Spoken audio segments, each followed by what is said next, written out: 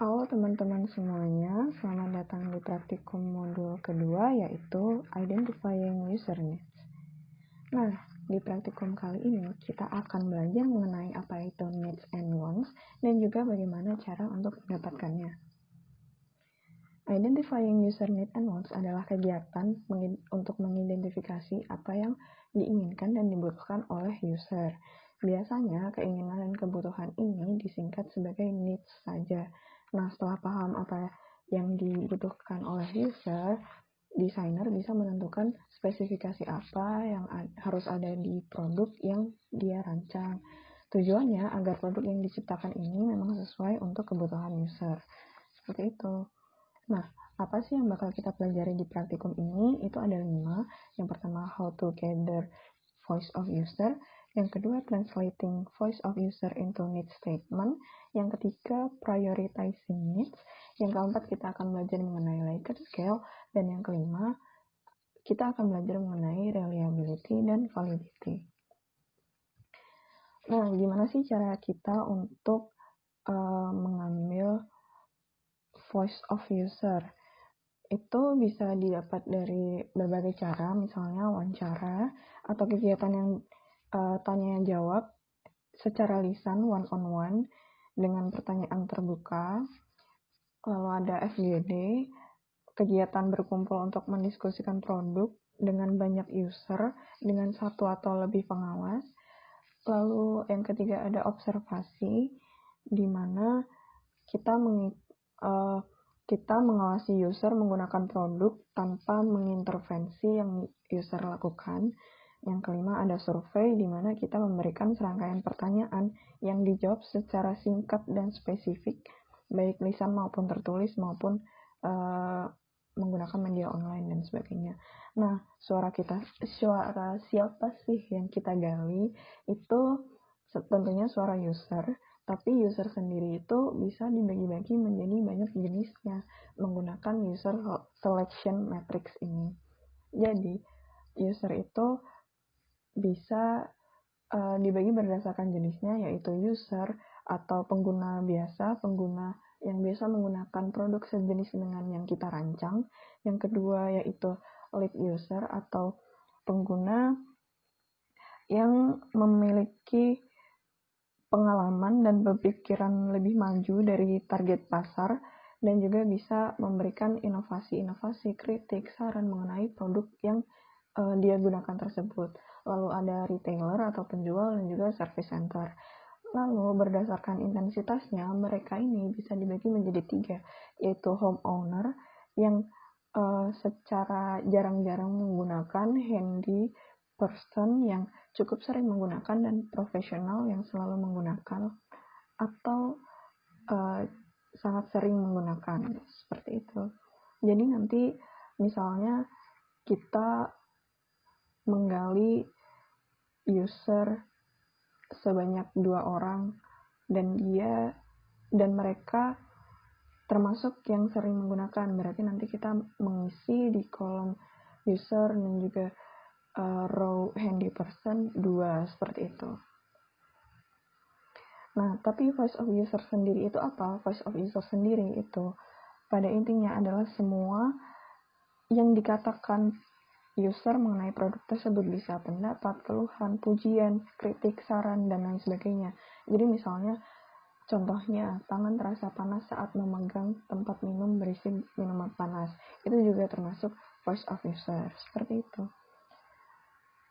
Nah, untuk materi yang kedua, yaitu mentranslate voice of user menjadi need statement, itu ada guideline-nya, ada 5 guideline. Jadi tidak boleh sembarangan, seperti itu. Jadi guideline yang pertama adalah kita harus terconstrain pada what, not how. Apa sih maksudnya? Jadi kita itu harus membatasi diri kita sendiri untuk tidak mengatakan metode secara spesifik. Jadi misalnya voice of user-nya, tangan terasa panas saat memegang tempat minum yang berisi minuman panas. Kita tidak boleh bilang kita butuh nih gagang botol minum yang dilapisi karet, tapi kita cukup bilang botol minum yang tetap terasa dingin ketika diisi air panas. Jadi kita cukup mengcapture apa masalahnya. Kita tidak boleh membatasi diri kita sendiri dengan membatasi gagang botolnya harus dilapisi oleh karet. Tidak boleh menyatakan metodenya secara langsung seperti itu. Lalu yang kedua, as specific as voice of user. Jadi kalau misalnya voice of usernya spesifik, ya kita juga harus cukup spesifik dalam menyatakan need statementnya. Misalnya voice of usernya, saya sering menjatuhkan tempat minum. Need statement yang salah itu misalnya botol minuman yang awet, tapi awet seperti apa? Misalnya tahan karat, tahan banting, itu kan juga awet. Jadi yang benar kita langsung aja bilang botol minum yang tahan banting, seperti itu. Lalu kita juga harus terkonstrain pada guideline yang ketiga, yaitu positive phrase. Misalnya voice of usernya itu air minum sering merembes melalui celah tutup.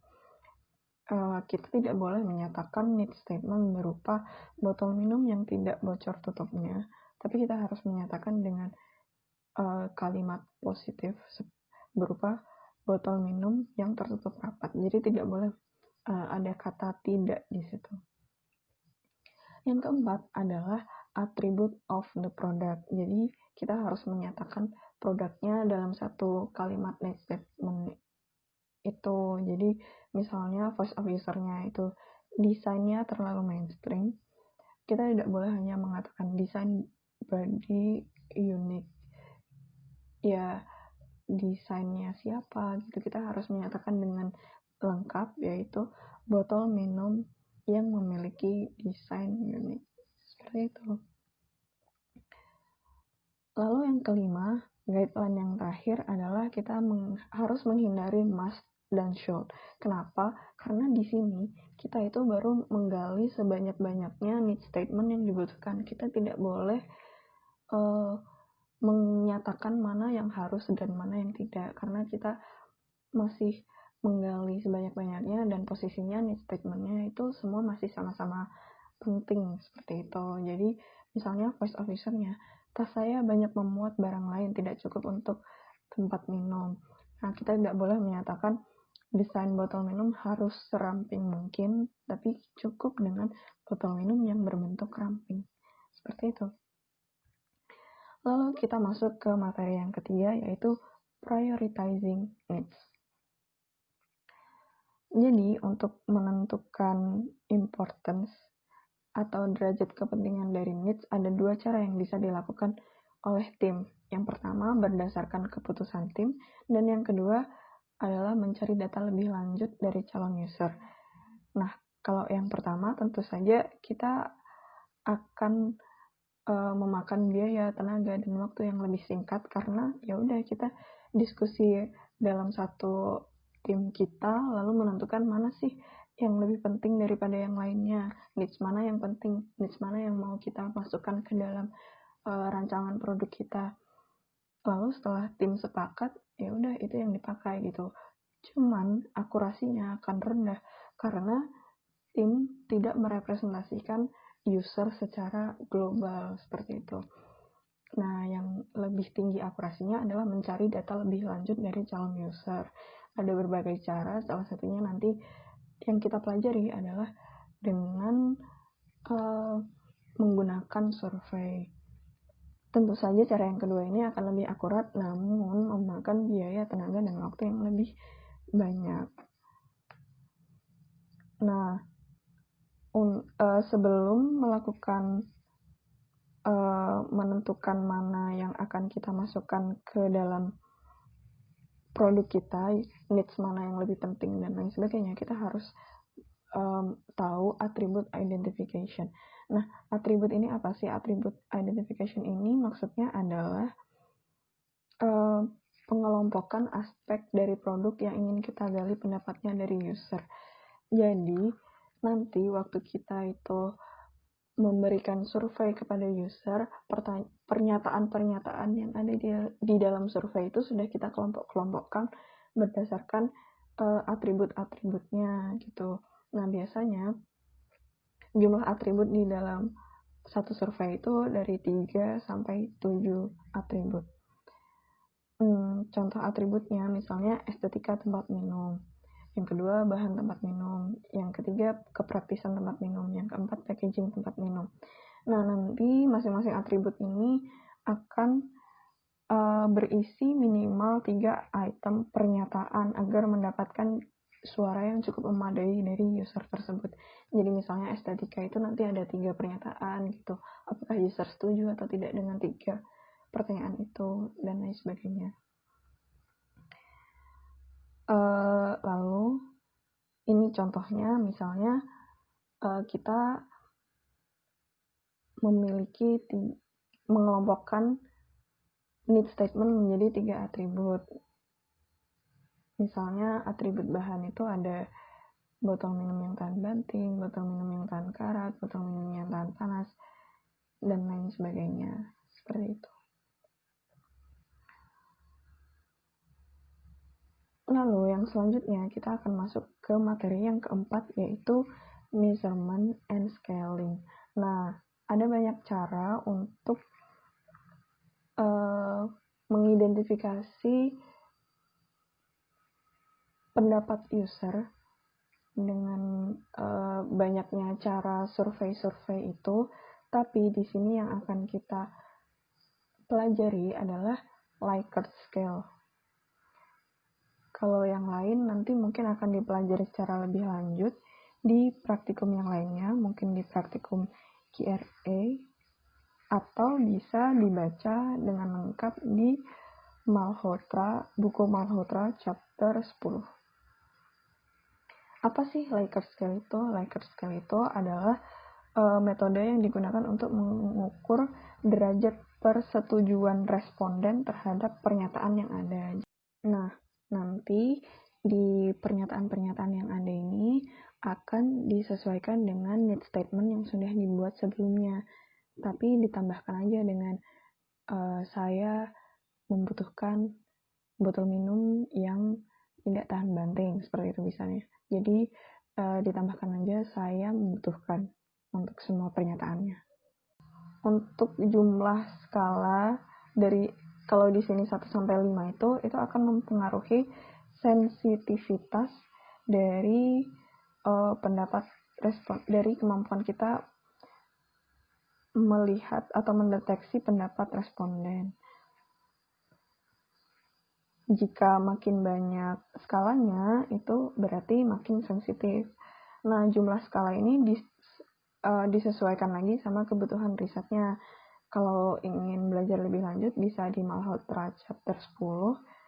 Tapi untuk rekomendasi yang akan kita gunakan itu skalanya jumlahnya genap, karena agar tidak ada opsi yang tengah ini, neither agree nor disagree. Jadi mereka akan either agree atau disagree. Jadi kita bisa melihat apakah mereka setuju atau tidak setuju dengan pernyataan itu dengan lebih jelas.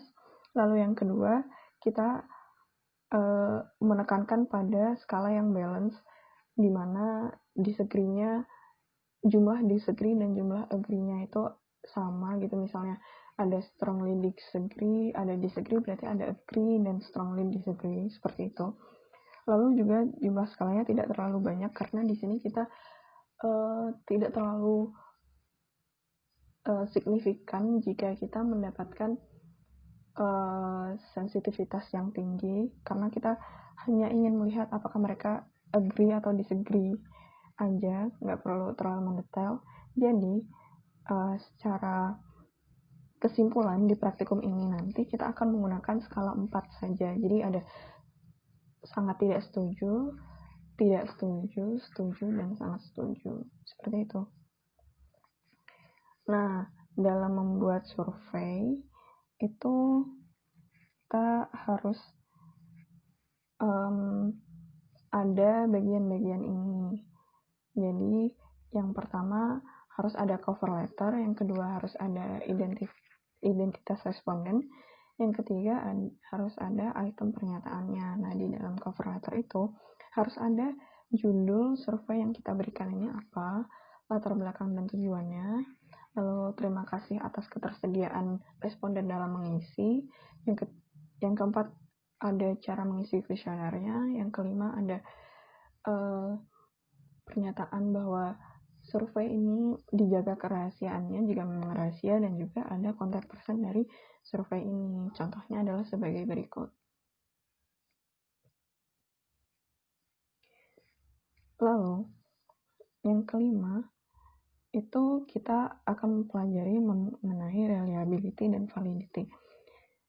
Kenapa sih kita harus mempelajari reliability dan validity?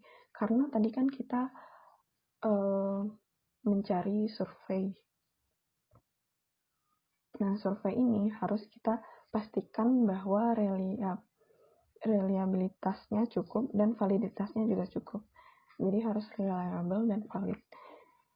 Nah, untuk memastikan kuesioner yang kita sebarkan ini dapat dipercaya hasilnya, itu harus dilakukan pengukuran reliabilitas dan validitas. Reliabilitas adalah kecenderungan untuk mendapatkan hasil yang sama saat dilakukan pengukuran kembali. Jadi misalnya teman-teman memberikan survei itu kembali kepada user yang sama, dia kira-kira pasti bakal menjawab hal yang sama. Jadi itu maksudnya reliable itu seperti itu. Kalau validitas itu adalah kecenderungan untuk mendapatkan hasil yang mencerminkan apa yang diukur. Jadi jika suatu hasil dari survei itu dinyatakan valid, artinya hasil survei itu memang mencerminkan dari sekumpulan populasi yang kita survei. Jadi kalau misalnya hasilnya itu tidak reliable maupun tidak valid, artinya kuesioner yang kita sebarkan itu atau survei itu hasilnya tidak dapat dipercaya dan harus diperbaiki pernyataannya, mana yang tidak reliable dan tidak valid seperti itu. Dan kemudian harus disebarkan kembali yang sudah benar, karena kita membutuhkan jawaban yang lebih reliable dan valid. Seperti itu.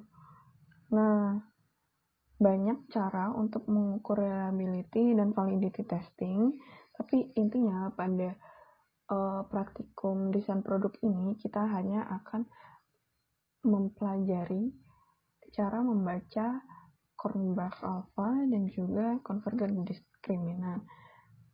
Kalau Cornbach alpha itu untuk mengukur reliabilitas, sedangkan convergent test dan discriminant test itu untuk mengukur validitas.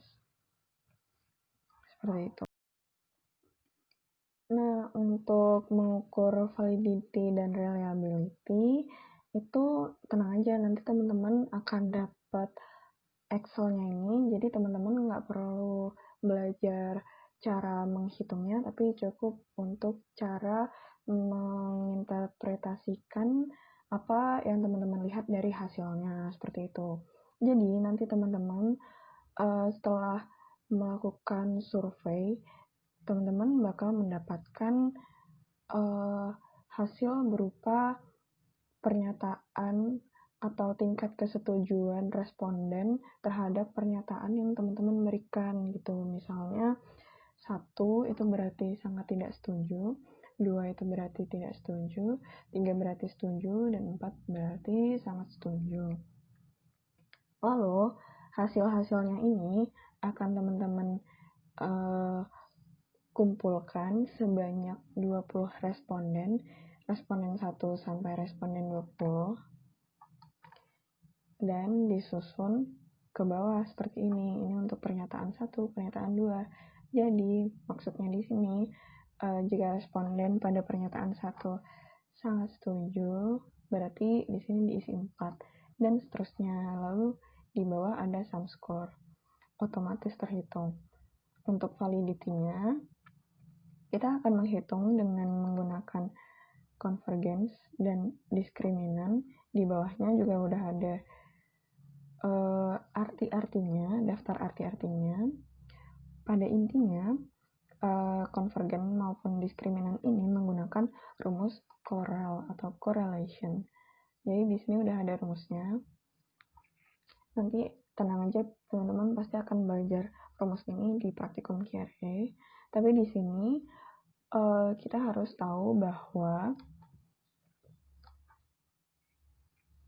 pada convergence ini kita akan mengukur korelasi pernyataan di dalam satu atribut. Jadi misalnya pernyataan 1, 2, dan 3 itu berada di dalam satu atribut, berarti kita bisa menghitung convergence di dalam pernyataan 1, 2, dan 3 seperti itu. Jadi ini adalah convergence pernyataan 1, 2, dan 3. Dan ini adalah convergence pernyataan 4, 5, 6, ini 7, 8, 9, dan ini 10, 11, 12. Lalu, kuesioner ini dinyatakan valid oleh uji convergence bila pernyataan dalam satu atribut memiliki korelasi yang kuat. Korelasi positif yang kuat, harus positif ya. Jadi, di sini batasnya adalah 0,3. Jadi misalnya pada pernyataan 11 ke pernyataan 10 ini ternyata kurang convergence, kurang berkorelasi atau gagal dalam convergence test, itu ciri-cirinya karena dia kurang dari 0,3, di sini 0,26. Sehingga karena P11 terhadap P10 dan juga P12 terhadap P10 dan juga P12 ini memiliki korelasi positif yang sangat lemah, menunjukkan bahwa item pernyataan 11 itu kurang memiliki korelasi ke pernyataan 10 dan juga pernyataan 12. Berarti harus diperbaiki item pernyataan 11 tersebut. Seperti itu.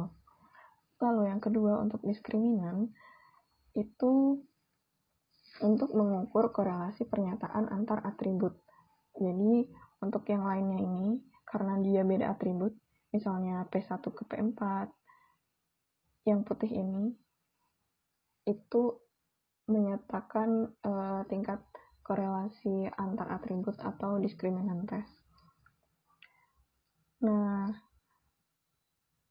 kuesioner ini dinyatakan valid oleh uji diskriminan bila pernyataan yang berbeda atribut itu memiliki korelasi yang rendah atau kurang dari 0,9. Jadi kalau lebih dari 0,9, baik positif maupun negatif, itu artinya mereka terlalu berkorelasi padahal berbeda atribut, begitu.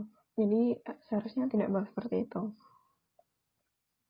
Dengan kata lain, jika pernyataan itu beda atribut, jadi seharusnya tidak boleh memiliki korelasi yang terlalu kuat. Sehingga di sini bisa kita lihat pada P3 terhadap P10 dan juga P5 terhadap P8 itu lebih dari 0,9, berarti mereka gagal uji diskriminan yang berarti tidak valid. Seperti itu. Jadi di sini harus diganti item pernyataannya. Nah, jadi kan nanti teman-teman itu cuma perlu mengganti hasil respondennya ini aja. Tapi sebagai catatan tentu saja di validity testing ini, jika misalnya teman-teman punya jumlah pernyataan dalam atribut yang berbeda, misalnya atribut pertama itu item pernyataannya itu sampai 4, ya harus disesuaikan gitu. Berarti segini itu untuk convergence. Begitu. Lalu yang kedua dan terakhir itu ada reliability. Ini nanti teman-teman cukup replace aja hasilnya ini. Jika teman-teman mau mempelajari rumus-rumusnya boleh aja, tapi intinya Cronbach alpha itu mengukur konsistensi internal dari pernyataan yang ada. Jadi semakin konsisten pernyataan itu akan semakin reliable, seperti itu. Intinya jika Cronbach alpha-nya ini sudah lebih dari 0,8 itu berarti udah good, udah baik. Jadi di sini batasnya adalah 0,8. Seperti itu teman-teman. Untuk reliability dan validity testing, nanti teman-teman cukup mengganti hasil surveinya aja. Jadi intinya, summary-nya nih teman-teman, itu sebagai berikut. Untuk mendapatkan data mengenai hal apa saja yang harus ada pada produk, desainer harus mendapatkan voice of user dari berbagai sarana dan menerjemahkannya menjadi need statement yang sesuai dengan guidelines. Tidak semua needs harus ada pada produk dan perlu diprioritaskan. Agar prioritas mencerminkan suara user, perlu dilakukan survei. Survei ini berupa kumpulan pernyataan yang dikelompokkan berdasarkan atributnya dan diukur dengan menggunakan Likert scale. Kuesioner ini harus dipastikan reliable dan valid agar hasilnya dapat dipercaya. Jika kuesioner terbukti dapat dipercaya, maka didapatkan urutan prioritas dan needs mana yang harus ada pada produk yang dibuat. Seperti itu. Sekian untuk pelajaran modul 2. Sampai ketemu di praktikum modul 2. Terima kasih.